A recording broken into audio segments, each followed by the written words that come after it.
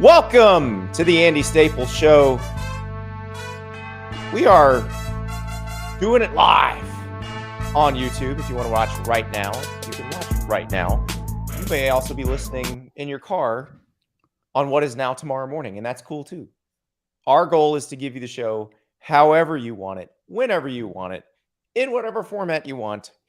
And so if you want to look at me and Ari's beautiful faces, here we are. Ari, Big Ten Media Days started on Tuesday.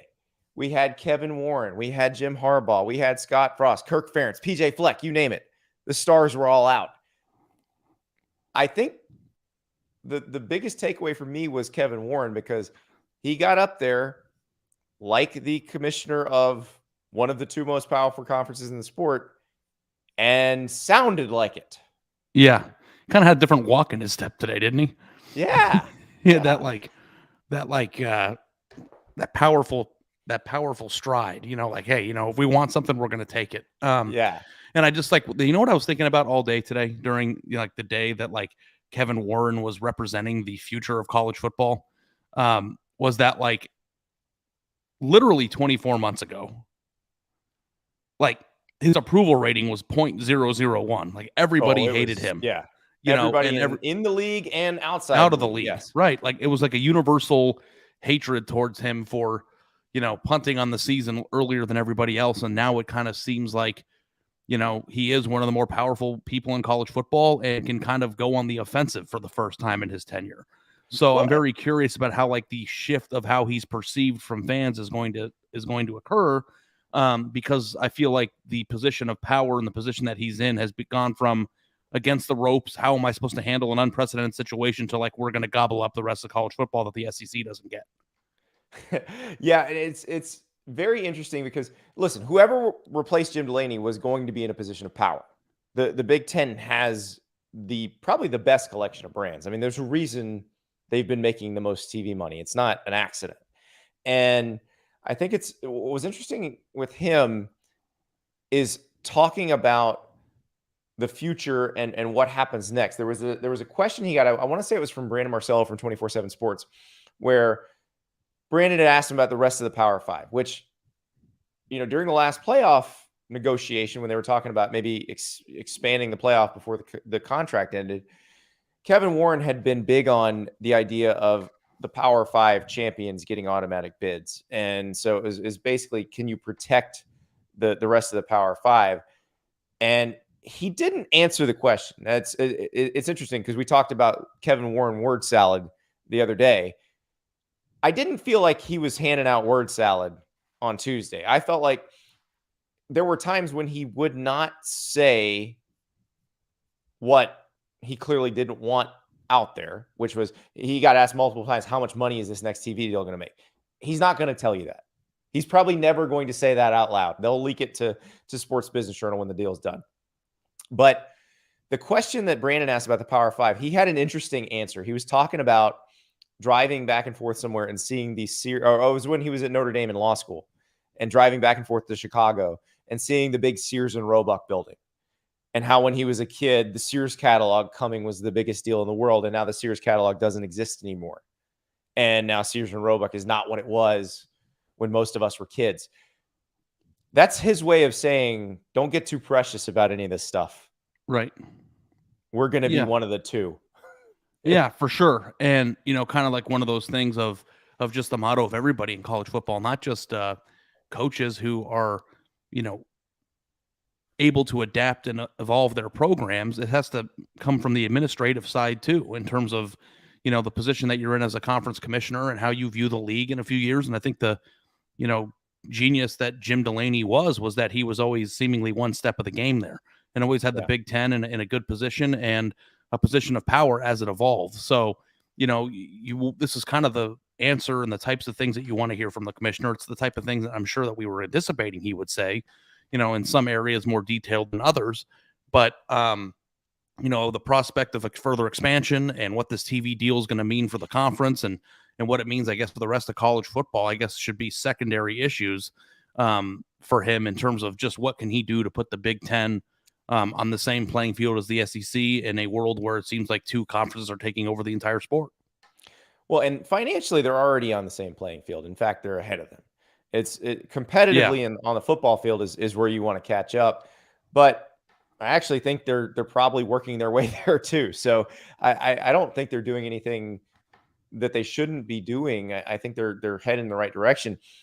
The answer, I thought, it wasn't even an answer. It wasn't a question. This was part of his opening statement.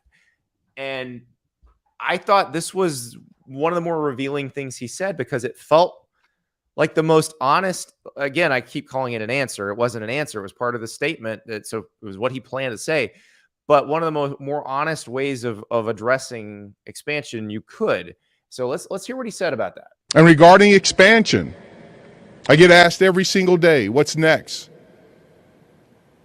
It may include future expansion, but it will be done for the right reasons, at the right time, with our student athletes, academic and athletic empowerment at the center of any and all decisions that we will make regarding any further expansions. We will not expand just to expand. It will be strategic. It will add additional value to our conference, and it will provide a platform to even have our student athletes be put on a larger platform so they can build their careers, but also that they have an opportunity to grow and learn from an education and from an athletic standpoint. And regarding expansion, I get asked every single day, what's next? So that means we're going to expand if there's something we want. So one, Notre Dame, if Notre Dame would like to join, I'm sure they're more than welcome. I would imagine the ACC schools that they would covet would be the other piece of that. Because I do think now, the further we get away from this, if they'd wanted Oregon and Washington when they went west, they probably would have taken them then. Mm-hmm. Yeah. And I think that'll change as time goes on too, in terms of like what happens around them, if they're not the driving force of the next big conference expansion boom. But yeah, I think that's exactly what I wanted to hear. It's like, we're going to expand for the right reasons. It's like, feels like I'm watching The Bachelor, but it just what with the right reasons, I think are financial reasons and positioning in the sport in this new game of risk that is college football conferences, and they're very, very powerfully situated right now. But like, what is the SEC? One move away from taking the upper hand again, and it might turn into like a weight room arms race, but just with programs instead of new weird waterfalls in the locker room. We got a new pitch shark. Yeah, well, we got USC. Yeah. You know what pitch shark is, Ari? I'm pretty sure that I do, but I'm not positive about it. So why don't you tell me? It's the machine that allows you to do squats without putting weight on your back. That's not what I thought that was. Yeah, it's got a little thing that goes kind of into the machine and comes back out so that you don't have to carry the weight on your back. I feel like weightlifting equipment was so 2004. Like, now it's like accents in the locker room that I get impressed. Oh, well, yeah. Now it's the nap water features. Water features are very important. They're very soothing. But no, as far as the expansion piece goes, I don't think his goal was to put anybody's mind at ease. If you're the Pac-12, if you're the Big 12, if you're Jim Phillips of the ACC, he wasn't putting your mind at ease here. He's saying, if there's something we want, we will take it. Right. And I think Greg Sankey said something similar last week. Yeah, and I think that's exactly what you have to do when you're on the offensive. So, it's a very interesting shift in the entire worldview of the way that we perceived and thought that Kevin Warren would, exist in this job, in a 2-year period. But like, he now is one of the two faces, I think, that you can make the case that will shape the way that we consume the game for the next 50 years. Yes, he and Greg Sankey are the people who will do that. And they will also be the ones realistically who will decide the next playoff format. And we got a question from Bobby McKay. Didn't Kevin Warren vote against the expanded CFP? Now he wants 16 teams. And that 16-team thing is one of the things that came out of today. But we've heard that a little bit in kind of the behind the scenes. So he did vote against it, but he voted against a 12-team format. If he wants 16, 12 was the option that was on the table. So if you wanted 16, voting against that probably was the move you would make.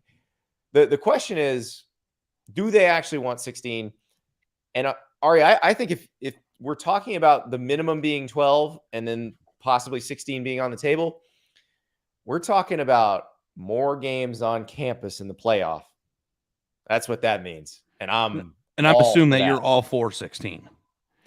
I feel I don't know. I feel like there's no number that could be too big for you in terms of. I don't want one playing 16. The reason I like 12 is because 5 can beat 12. Forces buys.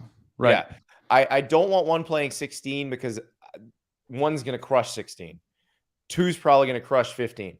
Now, if you want to throw my own argument back at me on that one, you can, because I mean, I was like, actually, my legs are shaking trying to not jump through the microphone as you're saying that. Right. Because like you're basically describing my entire. What's my argument? More fun games. Fun games. 8-9's fun, 7-10's fun, 6-11's fun, 5-12's fun. So it's probably the same amount of fun games, I guess. If they had a 1-16 matchup, like if that actually happened, what do you think would happen more often? A 1-16 beating the 1 seed in football or basketball? It would never happen in football. Like ever? No. There would be no UMBC Virginia game. That wouldn't happen. Because and what's interesting is that there are 16-1 rankings in the regular season that happen all the time. Mm-hmm. But I think when you get onto that platform and that team is locked in, it could never happen. And it kind of goes to show you the entire, like if you're one of these people of just like any given Saturday, the power of focus and mindset when it comes to performing for these college football athletes. I think the hardest job a coach has in the entire world is to get their team up every week for every game. And even if you're playing the 16th ranked team, I think that when you are a team that just blows everybody out every week, it's hard to even take those teams seriously. But if you play in a playoff atmosphere where you're at danger of losing, then I think the entire mentality, the way that you approach that game differs, and it removes the entire probability of an upset. So where's the first competitive game? Is 3-14 potentially competitive? I mean, I honestly think that if you get the right 16 or the right 15, that you could have a 14-point, 13-point spread, which then would be a competitive game. It's just a matter of whether or not you like what your definition of competitive is. Then I might be able to live with that 16-team playoff if that's the case. That I just think you add some intrigue to the regular season with the buys, and also the number 1 seed not playing the last seeded team or the lowest seeded team. I think that's probably a good thing, but I don't know. I mean, I guess last year, if you go look at the, I guess I'm trying to find the final playoff ranking, but I'll just use the AP poll as an example. But like, it would be Georgia versus Louisiana. You know what I mean? Like, and that would be rough. But then you'd have Alabama, Wake Forest. That would be rough. I mean, like there are. I'm trying to look at what game would be the best. I guess 3-14 would have been Michigan Clemson, which would have been. I would have liked that game. That would have been. And so, the way Clemson was playing at the end of the season, Clemson would have had a shot in that game. Yeah. No, I know. So if your answer is like, what's the furthest down the list that you can get to get a competitive game, then I think there will be a lot of years where. I mean, especially in the years where there's only 2 outstanding teams without a shadow of a doubt. I think 3-14 would be your answer. Here's your final one. The final CFP would have been a Michigan-Iowa rematch. Now, maybe it wouldn't have because you might have some AQs that knock somebody out. But it would have been a Michigan-Iowa rematch. Michigan had just crushed Iowa in the Big Ten championship game. You would have had Alabama versus Oklahoma in your first game, which maybe you don't because of AQs. So maybe that's somebody else. Yeah, I was actually looking at the wrong poll. But those games actually would have been interesting because you would have the 2-15 last year would be a competitive football game potentially if it was a rematch. The 2-15 was not a competitive football game because it was the Big Ten championship game. I know, but if you had a rematch of it the following week or the following 2 weeks, it certainly could be. I think beating a team twice is hard. Georgia, Oregon could have been kind of fun. Cincinnati, BYU definitely would have been fun. Notre Dame, Pittsburgh. I like that one. Kenny Pickett's playing in that one. Yeah. Ohio State, Utah. That we got the Ohio State, Utah game. Yeah. It was awesome. It was. Could you imagine that game as a playoff game? That would have been amazing. Yeah. It might have gone differently because players would have been playing in it, but like it's yeah, certainly fun to look at. Because like Utah was the Pac-12's version of Michigan. So Yeah. So Bobby McKay says more inventory for networks. Networks will pay more for more playoff games. 16 teams would mean first and second rounds on campus. Correct. I think you're right, Bobby. I think that's exactly what that would mean. So you get 2 full rounds on campus. That would be, a round of 8 games and a round of 4 games. So you get 12 on-campus playoff games, and the amount of games you're splitting up to sell in a 16-team playoff, you'd be 8 plus 4 plus 2 plus 1. We are a bad at math podcast, but that is 15. The 12-team playoff would be 4 plus 4 plus 2 plus 1. So what just occurred to me? 13. Like in a 16, because I'm looking at the final playoff rankings right now, and 4 plus 4 plus 2 plus 1 is 11, by the way. We continue to be a terrible at math podcast. 4 Terrible. Plus 4 Basic arithmetic. I can't when even you do. say those things, I don't It's even so listen. bad. 4 plus 4 plus 2. Like if you do it really fast, like I bet you your children could do it, but you can't. They definitely there could. isn't a single matchup in last year's final playoff rankings that I wouldn't want to watch, because Alabama, Oklahoma would be a fun game to consume. Now, I think Alabama probably would have beat the crap out of them, but you know what occurred to me? That there are years where there are teams that have lost 2 or 3 times because things get hot at the end of the season. It's like, would Alabama rather play Oklahoma at the end of the year, or would they rather play Utah? Like Oklahoma was 5 spots behind Utah, and it's just like, what team would? I think there will be a lot of matchups where really talented teams that were dysfunctional for whatever reason, have lost 2 or 3 times and find themselves in the 13 to 16 Did you just talk range. yourself into a 16-team playoff? No, I think it's possible that, like, in this realm, I mean, if you're all in on just giving everybody a second chance, it's like Oklahoma's disaster of a season last year doesn't even keep them out of the playoff. Now, obviously, their path to winning a national title is hard, but if Oklahoma ever wanted to win a national championship during a tremendous season, they'd have to beat Alabama at the end of the road anyway, so who cares if they play them in the first round? If you're going to do 16 at-larges, I think I'm here for it. If you're going to have AQs that get the 25th best team or whatever in, and then you're going to have them just be served up as a sacrificial lamb to the number 1 seed, I don't know that I want to see that. Yeah, or you just make the top 5 seeds, or however it plays out with what the conferences look down the road, the top 6 seeds potentially, but then you can mess up and find a team like Georgia as the 9 seed or they would be the 6 seed in that scenario. Yeah. But still, like I mean, I guess there are seasons where there are very talented teams that like that broke through the Spencer Rattler problem. You know what I mean? Yeah. And at the end of the year, win 4 in a row, and it's just like, is that who Alabama would rather play rather than the 12th best team, which is Pitt? Here's a really interesting thing. So, like, you've got BYU, Cincinnati at Nippert, and let's say Cincinnati gets through that one. The winner of Notre Dame Pitt would head to Nippert the following week, if our assumption is correct, and I think it would be, because that's the one thing I heard when I was at SEC Media Days from folks behind the scenes was there is a bigger push for more on-campus playoff games. That you really, if you want to break it down, you really only need to protect the Rose and the Sugar. You can make the Rose and the Sugar permanent semis if you wanted to. Yeah. I mean, I think that everybody loves the novelty of what those on-campus playoff games would mean, and that there's any possible way that you could work your way into, some of these other bowl sites or different significant games of the past still maintaining their significance in one way or the other. That'd be great. Like if I were in charge of college football, the Rose Bowl would be the national title game every year. I agree. That's what I think.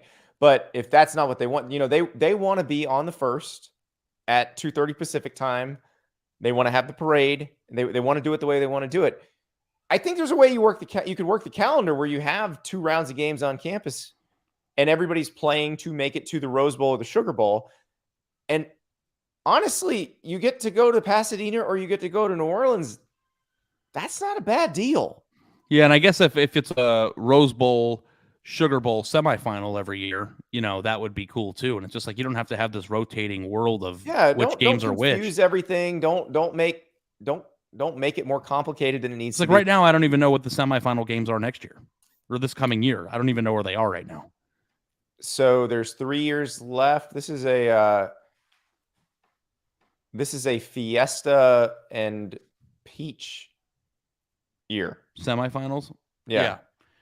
So it would be cool to orient them too. But I also feel like if you are going to go to a position where you're playing 16-team playoff, then you've already blown up the entire world tradition in the sport anyway. So what's the point of trying to keep these around?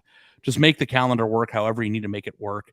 I don't know if that means even shortening the regular season by a game or two. I mean, I don't know how they would have to do it mathematically. Well, Again, I think I know how they're going to do it. Greg Sankey has telegraphed that one multiple times.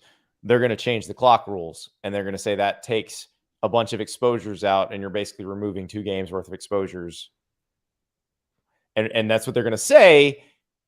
And what they're going to do is their TV partners will be thrilled because their games will fit into windows of 3 hours and 15 minutes. So what are they going to do? Like no stop clock on first downs and stuff? Basically NFL clock rules. Just watch, because that's what they'll say is this is a player safety issue. This takes exposures out, allows you to play more games with fewer exposures, and you don't have people getting as worn out, having to face so many snaps. How many offensive plays does an NFL team average in a game in comparison to college? Far is it less? fewer. Is it way less? Far fewer, yes. NFL teams, you're talking about 55 to 70 plays a game. 70 is on the very high end. So, and in college, it's up in the hundreds, right? Yeah, it's not up in the hundred. We're talking. No, like I'm saying, like to 100. Yeah. Yes, you can run 100 plays in a college game if you do it right. Yeah. Well, there are a lot of teams that do it better than others, based on the way that they run their offense. But sure, yeah. I guess I think I could buy that. But the thing about it though is it's not just game exposure. Like some of these teams most of these teams have really hard practices. So if you extend the season longer, you're still you're expanding exposures in practice too. You are. That's just you're doing the actual math as opposed to what they want you to do. And again, they're gonna couch as a player safety issue. It's also our TV partners would like our games to fit into these windows more reliably. Yeah, and that would be fine. I mean, I kind of like the world of long ass college games that take forever. I do too. I don't know if I want to watch the YouTube drive-through versions of games because they mess with the clock. And I also find that the first down rule, if they do change the rule, I hope that they keep like in the final 2 minutes the chain stop for first downs, because I think that would be an interesting, like that's one of the more everybody loves a final minute drive, right? So like the fact that's that one of the able interesting to run differences between college and the NFL is the clock stopping to move the chains on a first down. You know, I just watched the last drive for Bryce Young against Auburn on YouTube the other day. Yeah. They wouldn't have scored if they didn't have the clock advantage. So, well, if Tank had stayed in bounds, well, we don't need to go. No, trust me, I remember very vividly. Yeah, so does my checking account. So, but Kevin Warren is in a very good position here to basically ask for what he wants. And if he and Greg Sankey agree on enough things, they're just going to steamroll everybody else. And I will say, from talking to Sankey last week, he came away from that last meeting with the commissioners in Utah in May much more confident that they'd be able to hammer something out format-wise, which that leads me to believe he and Kevin Warren have found a decent amount of common ground. Yeah. I don't know if I am alone in this, but I was like pretty anti expanded playoff like a few months ago, as you recall very well. Yep. But part of me is kind of just changing my temperature a little bit as a result of the entire sports. Yes, I agree. So we've discussed this, like the expansion of the playoff. If you didn't want it before, you might want it now, because some of those leagues that would be just relegated and forgotten, they would still be included. It would still feel like they're part of the sport. Yeah. I mean, I just feel like 16 would be way too much in the current iteration of the sport. And I still think that 16 is a lot, and the bottom half of those 16 will never win the national title. But if it means we get to watch a few extra playoff games and Alabama gets to play Oklahoma in the first round, then like, you know what? Right. We get a game. Yeah. So, exactly. I'm kind of, working my way around it. And if people believe that it would flatten the curve of the talent disparity, then I'm okay with that too. I don't know that I buy that. But I don't The one thing that I'll never come around on is that there is a certain special nature to the sport right now where if you are an Alabama or a Clemson or an Ohio State and you get upset or you trip up once or twice, that your season is over or is like completely. Twice. You get one. You get one, but if you lose twice, which can happen to very good teams, you're done. And you are basically saying that the current teams right now, as the recruiting rankings are indicating, the Clemson, Alabama, Georgia, Ohio State teams, and that could be changing, maybe USC's or Texas A&M's or whatever once they get rolling, can never not make the playoff ever. It's like Oklahoma's season last year was terrible and they would have made the playoff. So it's like you're going to get like of the 16 teams, it's the expanded playoff world, right? You're still going to get the fatigue of watching the same 8 to 10 teams make it every single year because their bad seasons don't disqualify them from competition anymore. Yeah, the flattening the curve part is interesting. I've had ADs tell me they think, if you can hang that banner, it might get you one more guy.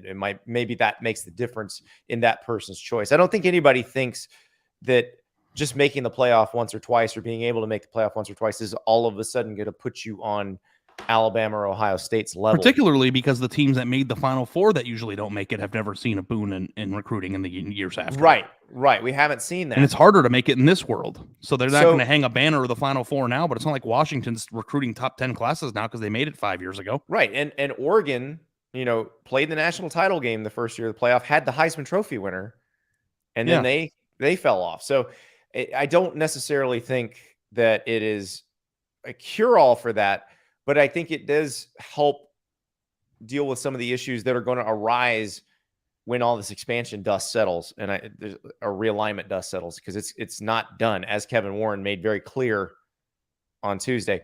But let's talk about flattening the curve and NIL, because you and I and Scott Docterman, we all talked about recruiting in the Big Ten on Monday's show. And I remember we got a tweet from somebody saying, how did nobody point out Michigan's attitude toward NIL? And the reason I didn't necessarily point that out on the show is because a lot of that is taken from one Jim Harbaugh quote where he said they want the decision to attend Michigan to be transformational, not transactional. Michigan is doing NIL stuff. They are trying, they have a obviously very big donor base, very big fan base. It's my understanding that Michigan's donor base is like top 5 in the sport. It is huge. And so Jim Harbaugh got asked about that again on Monday a couple times. One thing he said, he thinks that the players should share in the revenue of the Big Ten, which I think that's going to happen eventually. I think that day is coming. We had the news that the Penn State players had met basically with a union organizer. Now that they didn't all decide to unionize right away, but I actually think a lot of the administrative issues going on right now relative to NIL and transfer portal and all that stuff can be dealt with a CBA, for lack of a better term. And maybe you're going to have to share some revenue with the players. Well, you guys took the money. Now you got to figure out how to deal with it. And one way not to get sued into oblivion is to have a CBA. So do you know how many interesting angles there are financially with all this that are still haven't yet to come? I got asked a recruiting question in the mailbag this week, Andy, of how do teams that are located in no state income tax states, is that an advantage to them? Yeah. And it's like, I never really considered that. And it's just like, if you are somebody who's getting an $8 million offer from a team in Ohio, and then that has state income tax, or you're getting Texas, Florida, Tennessee. Yeah. That could be what the difference. That's what, 20%. I don't know what having no sales tax, does that help? I mean, you can go buy your car in Oregon, right? Exactly. Not that you're buying it, but God forbid you try to fill up your own gas tank. Yeah, I don't know. You get tackled if you try to do that. And I bet you will get to that point if you start getting into big enough numbers. So like this whole thing of just taxation and revenue sharing and unions and all the things that are, these are all going to be major talking points. And it is just like the passing of the NIL rule people thought was like the destination. I think it's just the beginning. It is just the beginning. And look, if you're going to do a $1 billion annual TV deal, these are issues you're going to face. And Kevin Warren made it sound like, yeah, that I expect those issues to come. He got asked about the revenue sharing thing. He said they're expecting to dialogue with players. He didn't say anything specific about it, and nor would anybody until they get a little better idea what's going on. But that's going to happen.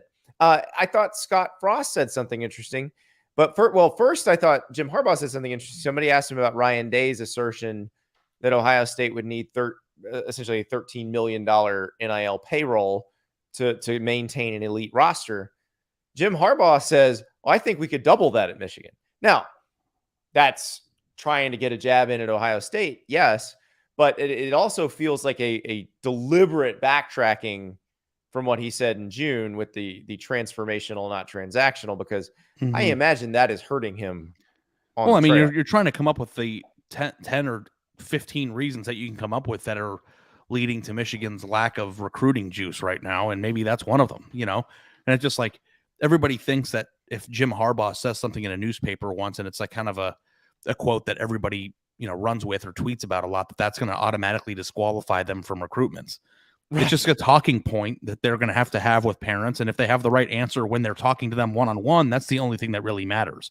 It's not the quotes that they get highlighted. So, my hope for them is that they are participating in the fullest capacity, in the NIL games, everybody else, because if they're not, then it's just like, what are we doing? It's just like, you have to do the things that make you competitive. And that is what makes you competitive right now. And, dismissing it or acting like that's not something that's going to be a part of your plan means that you're not taking football seriously. I think it's that cut and dry. Yeah. And Scott Frost got asked about it today. And I don't know that Scott Frost will be able to take advantage of it at Nebraska as much as the next person might, if things don't go well for Scott Frost in the next few months. But I thought his answer was probably correct. Steppy, Cedar Rapids Gazette. How important has NIL been with what you've been able to do at Nebraska in the transfer portal? Yeah, I think it changes our model a little bit. Nebraska is going to be one of the best places in the country for NIL. There's so much fan support. There's so much interest. There's so much passion around it. And a lot of businesses and people in Nebraska have really given our current players a ton of opportunities already. I expect that to even grow as we go forward. And the attraction of NIL has certainly helped us add some pieces to our team, and I think will going forward. So I think he's right about that. I don't know that necessarily he will get to reap the fruits of all of that, but is Nebraska very similar to Tennessee and Texas A&M in this situation? Already, we've talked a ton about them, about Tennessee and Texas A&M in terms of NIL, but it feels like Nebraska is kind of in a similar place where there is money and passion for sure, but not the results that they wanted. I think there's got to be like a scale or a graph that isn't just about how much money or how many business opportunities that these guys have in the local area. I also think that there's like a correlation between money and also desperation. Like it goes up together at the same time. Exactly. That's so if you put Nebraska into that, I think that I would put Nebraska like the crazy hot matrix. Yeah. I would just put Nebraska up there with Texas and Texas A&M and Tennessee and Texas too. Like, I mean, all of them are like desperate to make the playoff and to be taken seriously. And, and if you look at all of those teams, it's a butt of the joke, even when they have their successes. It's like, oh, Texas just got Arch Manning. Well, they lost to Kansas. A&M just signed the best class of all time. Oh, well, 8-4. They go 8-4 every year, so it's not going to matter. And then, Nebraska does this, and it's like, oh, they weren't relevant since 1995. And Tennessee is the Schiano stuff. Like, I mean, everybody's got a butt of a joke. And I feel like fans that root for teams that have such a storied history and a passionate fan base, I don't necessarily think that it's always about the amount of opportunity. It's about how desperate people are to donate or to do the things they can in order to support these athletes. And I do think that there's no question that Nebraska fits that mold of like, we want to be really good, really bad. You know what I mean? And at the same time, it also feels like a good transfer portal destination, if that makes sense. Because you're looking for different things that second recruitment. And so let's say maybe you were at one of those elite programs, you weren't quite good enough to crack the starting lineup. You're just looking, okay, where do they take this seriously? Where can I get developed and scouted to get in the NFL? you're going to go to that campus and see they take it very seriously. Yeah. And you're going to be like, okay. And then they're going to say, if you blow up here, you stand to make a lot of money and set yourself up. Yeah. And I'm still kind of interested about like how much the portal is going to impact teams moving forward in terms of a competitive standpoint, and obviously these second recruitments are super competitive as they already stand. But like, in your opinion, how much can a team truly transform itself by utilizing the portal? Like if you were a coach at a place like Nebraska, what percentage of your roster would you even want to get out of the portal? I still would want to get most of my roster out of high school because I'd want to establish my own culture and then just try to plug and play in spots of need. And I realize that's not always going to work, especially, we've talked about certain positions are way more plentiful in the portal. Like you're not going to find a lot of impact offensive tackles in the portal because frankly, there just aren't that many of them. And those are the types of people that when they get where they are, they're happy, they're not leaving. And because they're not pre-bananas from the beginning, they're not on exactly. That's just not their deal. But also, too, offensive tackle is a very easy position to evaluate too, which has nothing to do with like if you're a receiver, you might want a quarterback who can put the ball on the money, or has correct. If you're an offensive tackle, it's mano a mano, and you're beating the shit out of each other. Or if you're a quarterback, which they're plentiful in the portal, the offense you run is going to very much dictate how successful you can be based on your skill set. Yeah. But I'm just like wondering if there's ever going to be a day where a coach signs half of his roster or more out of the portal every year. Like, could you assemble a team that wins its Power 5 conference doing it that way? Well, I think Lane Kiffin might be headed toward that. He did it a ton. How many did he just get? Like 11? It's close to half. Mel Tucker, I think they got a good amount out of the portal last year. Now they are trying to do it through high school for sure, and then spot recruit out of the portal, but they did a really good job scouting the portal and because we pay so much attention to all the Jordan Addisons that are in the portal, but who are the like the Kenneth Walkers that are in? Well, that's what I was going to say. People who knew who Kenneth Walker other than Wake Forest fans? Who knew Kenneth Walker coming out of the portal last year? Yeah, and it's just like, is what Mel Tucker did in the portal when he got Walker a sustainable skill, or is that like getting lucky? Because like I still question how much a coach actually has in terms of evaluation at his fingertips in order to make those decisions. So it's just like, when does the evaluation process start? Like how thorough of an evaluation does a coach actually have when he takes a kid out of a portal? His game film? It's interesting. So I asked Adam Fuller, Florida State's defensive coordinator, about this today. I was up in Tallahassee talking to some folks at Florida State, and he was talking about, because they were very active in the portal the last couple of years. And I'd asked him about recruiting Jamie Robinson, who is their nickelback, who they got from South Carolina as a transfer last year. And he said, there's tons of game tape on him. And then because he's recruited South Georgia before, he's like 3 phone calls and I've got a lot of information on him. He's like, it really depends on. But what if a guy stinks? You just go off the game film, I guess, right? Then you don't take him. Like another guy they took was Jared Verse. And they knew who Jared Verse was because they played Syracuse, and Albany, where Jared Verse was, had played Syracuse, and he jumped off. Like they're watching, and they're like, "Who is this guy?" And so they kind of had an inkling of who he was, as did other teams that had played Syracuse last year. And when he goes into the portal, like the sirens going off at those programs, like get on this dude now. And so Florida State had to fight off a lot of people to get him. But I think, what about the guys that don't have a ton of game time, and the reason why they're transferring is because they were stuck behind somebody on the depth chart and they were in the program. You got to be able to get some inside info from somebody who was on the staff at that school. Yeah, and then how willing are staff members at that school willing to think about how often these jobs turn over, Ari. Yeah. They might not be at that school. They might not be at the school anymore. Yeah, that's true. Yeah. So you got to do your due diligence, but it just always seems like go with your friends of friends and all that. Because how long do these recruitments last for on average? 10 days? 3 days, 2 days. Some of them are very short. It's like they hit the portal and then 4 days later they're on 3 days is shorter than I would think the average is, but maybe it is 3 days because they got to visit these places too. So, but yeah, no, it's a really crazy world of rosters. But I will say that Mel Tucker's answered your question, I think, by his actions. Yeah. He does not strike me as a person who intends to build out of the portal for long.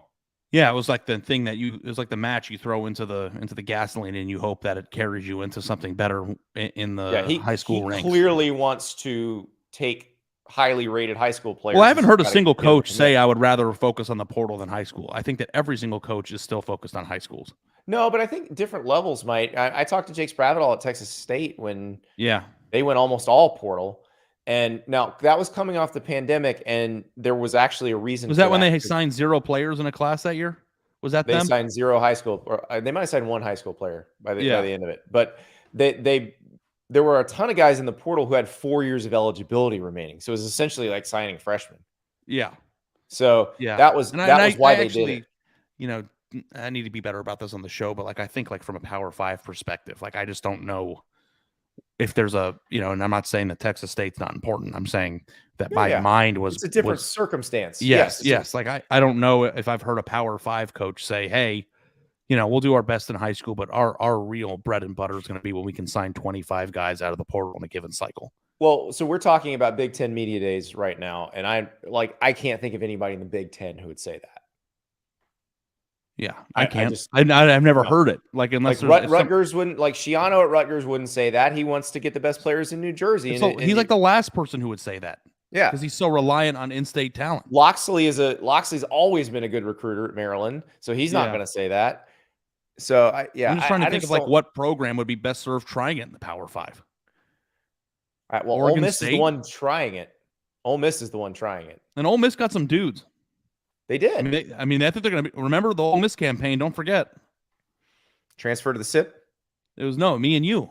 We're yes, our campaign for them to be undefeated by the Alabama game. Yeah, I'm not optimistic there, Ari. Not optimistic. I want to answer a question that Lester Lee asked on the YouTube stream. Can an NIL deal ban a player from transferring? So I've seen the deal for the $8 million player. And I would argue that it effectively bans a transfer because it requires consecutive enrollment at a 4-year institution. Uninterrupted enrollment, I think is the word. I think is the exact phrasing. But basically, the moment you aren't enrolled in a 4-year institution, the contract is null and void, or can be declared null and void. And they can make it vague under those circumstances because they don't list these specific institutions. Well, and if you want to transfer, you have to withdraw from one, and then enroll in another. And once you withdraw from the one, it's over. Yeah. So. But the most interesting thing about this is that a lot of people are signing contracts, from what I understand, that are 6 years long, and then their rights for their name, image, and likeness, because name, image, and likeness isn't a college concept. You have a name, image, and likeness in the pros too, and I don't think people understand that. We do. I have a name, image, and likeness. Yeah. So like, if you sign a deal for 6 years, that means that they don't care where you go. You could, if you sign if you're a 5-star prospect who signs an NIL deal with Maryland, and then you transfer to Texas, but you signed a 6-year deal, and then you're a first-round draft pick let's actually use a place where you could be a first-round draft pick. That's cool. Okay. Was that brutal? Is that going to be the promo? Not wrong. Nah, probably not the promo. But okay, not wrong. That'll get people fired up. But let's just say Georgia, and then you get drafted in the first round. Your name, image, and likeness rights go to that collective or whoever signed you for 2 years to the pros. You know how lucrative that is. And a lot of times, and they might stay. I have had somebody from a collective say, you know what? I haven't decided yet if I care if this person transfers. Yeah, because if they go to a higher profile school with more opportunities, and you get a larger percentage of their income. Right. Because the ones set up as marketing agencies, if you can still make them money, they can still make money. Marketing agency is a marketing agency. Yeah. Jason asked, since it's illegal to make an NIL contract before the player signs, doesn't that make the contract unenforceable based on it not being legal? Well, no. The one I read, the player, we believe, is a high schooler in California. High school players in California can sign NIL deals. That's a perfectly legal contract. Yeah. So this is a perfect example, by the way, of why you should watch it on YouTube if you're on the fence about it. Because if we're having a conversation and you're into that conversation and you want to be a part of it, we get to you. And you better get into the channel before it gets too much to do, because right now you can totally get in here. That's right. We're blowing up. Now, I did want to talk a little more about on-field stuff and a topic that you and I have discussed a few times this offseason on the podcast, because I thought Jim Harbaugh's Well, Northwestern, it's an even year, so this is the time that you watch the out. Northwestern for the listener that got mad that we didn't talk about them on the last show. I just wanted to make sure we said the word Northwestern on this show. We have said Northwestern, and look, they play Nebraska in Dublin, which I can't wait for that game. We watched Nebraska Illinois last year together. I feel like we should do that. We should find a place to meet up and watch Nebraska in week 0 every year. Can Nebraska schedule a week 0 game every year? Should be, yeah. That was highly entertaining. I'll go anywhere. Yeah, let's do it. Yeah. This year I want to have a broken ankle. Yeah. Yeah, exactly. And I think had you broken it that morning? It was that day. Yeah, it was an hour and a half before you came over here. Good Lord. All right, let's talk a little bit on the field. So Jim Harbaugh got asked about his quarterbacks. And I know how you feel on this subject, but I want you to hear his answer because I just want to see your head explode. How do you foresee that continuing as they go into this year?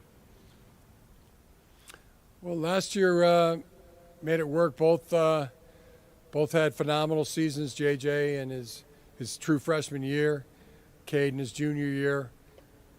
Both played outstanding winning football every time they went out there. The really cool stat on Cade McNamara is over 50% of his drives end in points. And I don't know exactly what the number is for JJ, but seems like every time he got in there and led a drive, it ended in points as well. Both really good. They ask sometimes, at other positions who's going to play. I mean, the best player is going to play. We're going to know who the best player is by who plays the best. Cade McNamara is going to be really tough to beat out for the starting quarterback job. J.J. McCarthy is going to be really tough to beat out for the starting quarterback job. He's just messing with you at this point. Like, when he said Cade McNamara is going to be really tough to beat out for the starting quarterback job, I'm like, is he saying it? And then he goes, J.J. McCarthy is going to be really tough. And I'm like, oh, come on. Yeah, the second that quote started, I had to slap myself in the face so I didn't fall asleep. But, that's the most Harbaugh quote of all time. But, I don't know. I mean, listen, do you think that Michigan is situated in a position where they can win a playoff game this year? Yes or no? No. And I'm extending an olive branch to Ralph Russo here for the 4th time in a row. Jeez. So if you think that one person gives you a chance to duplicate what you did last year more than the other, then go with that person. If that person is McNamara, then it's McNamara. My only thought always has been that you want a dynamic playmaking quarterback on that field when you play Georgia next time. And to go to that person sooner to get their development clock started, would be a very, very advantageous thing for those teams, especially because J.J. McCarthy isn't just some guy who hasn't played. I mean, he's played quite a bit. He's made some pretty big mistakes in the Michigan State game we watched together last year. But a hell of a lead block in the Big Ten championship game. I mean, the guy certainly has an it factor. It's like also when Michigan gets throw in the Michigan State game for a touchdown. Let's not act. But he lost the game for them in the Michigan State, right? The Michigan State game was that fumble that he had kind of cost him the game a little bit. But I'm not saying it's his fault, but that was a pivotal mistake. And I understand wanting to avoid those things, but it's not like JJ. I went to see the kid in high school 3 years ago now, so it's like he's not a little freshman that can't play anymore. So it's like if he's a dynamic talent who was developed the right way, then I think it's asinine that he wouldn't play. But I understand too that coaches get put in really difficult situations. That when you achieved a lot of success with somebody the year before, it's really hard to throw them aside. But it's a tough game out there. And as we go into the NIL world, I wonder too if we're going to start treating it like San Francisco just did with Jimmy Garoppolo. It's like, what did they do? They got him pretty deep into the playoffs with him, and it's like, what? Our franchise is moving in a different direction, and as players gain more power and more financial stability as a result of the current climate, you got to stop treating them like kids. They're employees to a certain extent, and if they certainly get to a point where they're making money off of the collective bargaining agreements they might hypothetically set up, then all of a sudden we don't have to talk about hurt feelings anymore. You know what I mean? Like, it's just I don't think we have to talk about hurt feelings now. Well, we do at some places. Level we don't. I don't think we do. Why is it so hard to get rid of the guy that was so good the year before then? I watched Urban Meyer struggle with getting rid of Cardale Jones, and it ruined their final. I watched Dabo Swinney not struggle with it. Yeah, no, I know. And what happened? They won the national championship. So we'll see what happens with Harbaugh, but there's a lot of coaches who are loyal to a fault It's like, I mean, Justin Fields left Georgia because you're too loyal to Jake Fromm. So, it's and Jake Fromm led him to the national title game, didn't he? He so, how do you get rid of the guy who led you to the national title game? I don't know, by putting the guy in who's going to win it. Well, I believe that's what Nick Saban did at halftime. Yeah. So, I mean, I guess it's more of a temperament of the coach thing, you know, but like, would it be that big of a story? I mean, it'd be a huge story for Michigan, but would it be that big of a shock? The 5-star guy who played half the time last year anyway was the starting quarterback this year? No, I don't think it would be a shock at all. And I understand where Harbaugh's coming from. You want to have them both on the roster. You want to have them both available to you. But, if one is clearly better than the other, then you make that decision.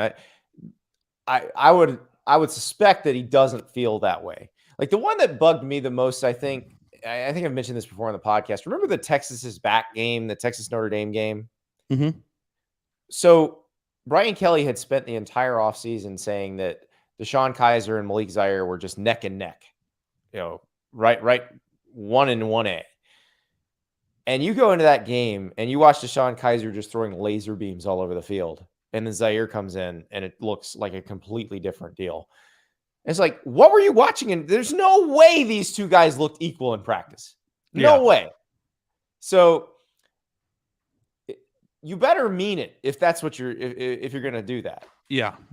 No, I'm with you. It's sort of like the Urban Meyer when he was the Jags coach, like having the cockamamie Trevor Lawrence, Gardner Minshew competition. Like, no, we're not stupid. You drafted Trevor Lawrence first. He's the starter. Like, we know you're going to trade Minshew eventually. So stop with the charade. Yeah. No, it would be a relief if we could get to that point. And I am always for playing the person. I mean, it's like always about where you're at in your program's development too. Like you have to take that stuff into account. And like last year when I looked into, and I was obviously wrong. Like if you look at it in hindsight now, it's like, but like coming into last year, Michigan was in that do or die, or Harbaugh was in the do or die phase. He has this 5-star freshman on the team. They weren't supposed to win the Big Ten. You play the freshman, you might lose a game or two. And, McCarthy comes into this year with all those guys coming back they have offensively as a starting quarterback. Like that makes sense. But like now that they won the Big Ten and kicked Ohio State's ass, it's like I look like an idiot. But at the same time, you have to look at it holistically, though. Like when you have Aiden Hutchinson and David Ojabo, and you can get after the other team's quarterback like that, you may want to go more conservative on offense. Did Cade McNamara make a single identifiable throw in the Ohio State game that won them the game?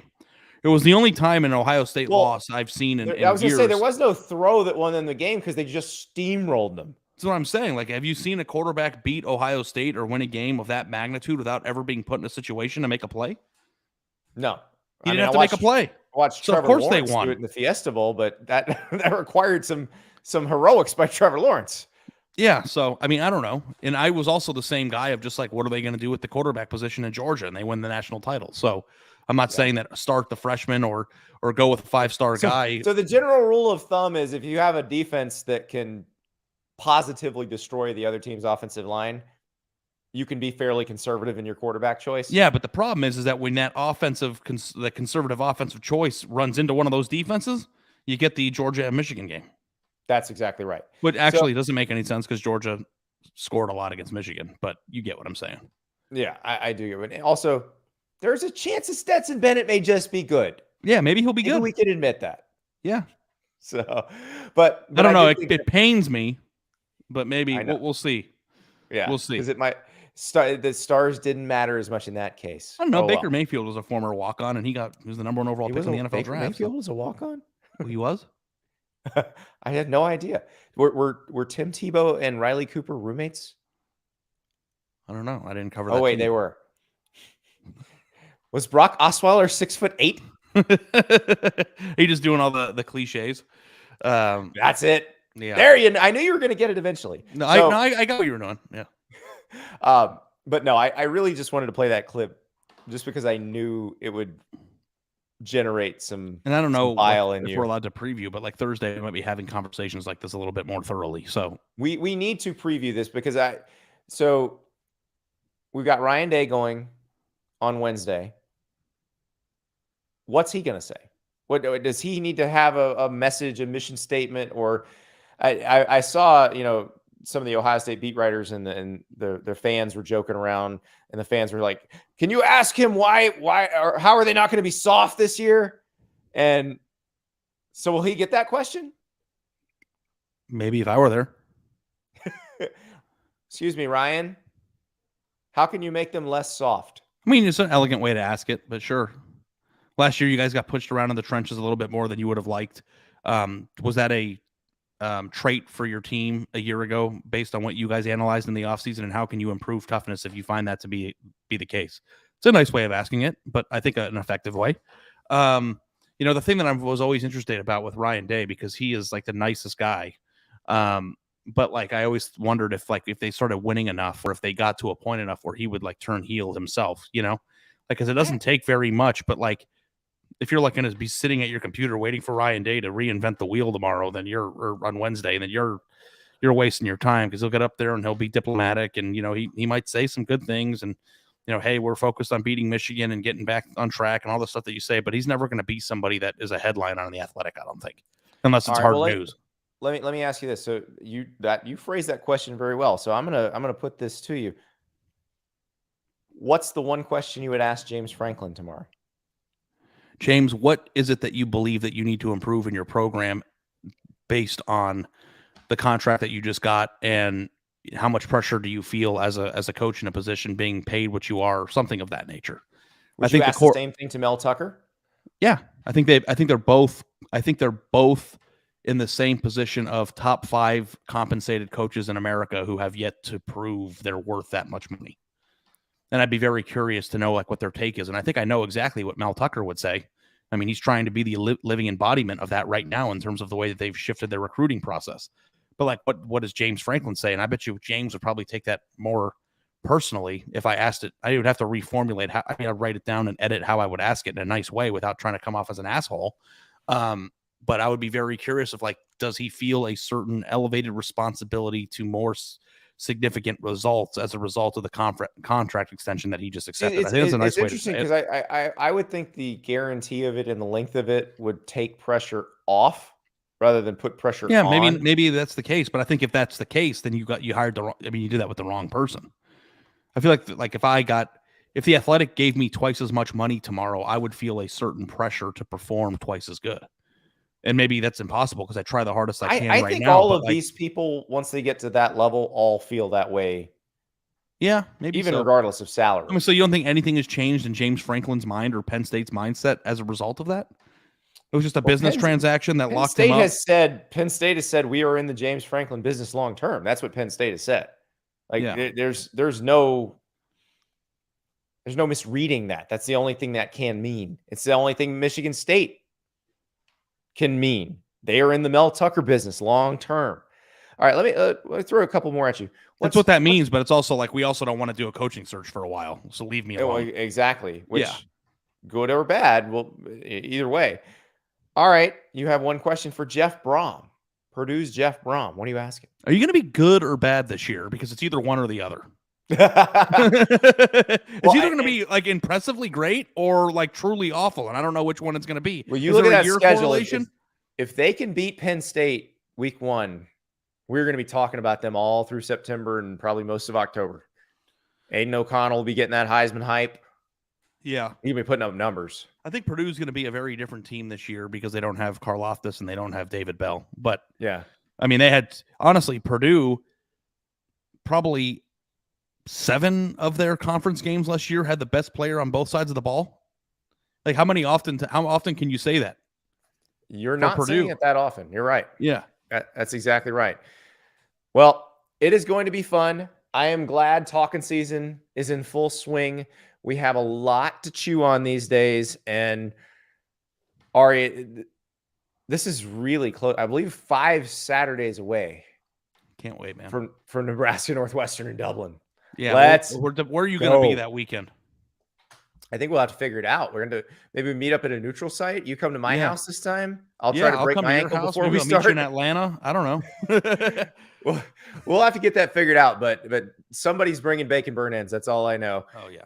We got Stars Matter on Thursday. On Friday, we'll judge Andy, Ari, versus Ralph Russo of the Associated Press. Ralph, routine, I'd say what 3-4 times a week, texts us both yelling at something you said. To make me a promise, though, dude. Okay. Come in with an open mind. I always have an open mind, Ari. Okay, because I knew I was going to lose to Antonio when we started. I could just tell. But I do not want to lose to Ralph. Well, you will just have to perform well. You'll have to make your arguments and make 48 them sound hours in advance of recording this thing, and I already have a pit in my stomach ready to go berserk. So tune in on Thursday because I'm going crazy. The Roku remote of justice will decide.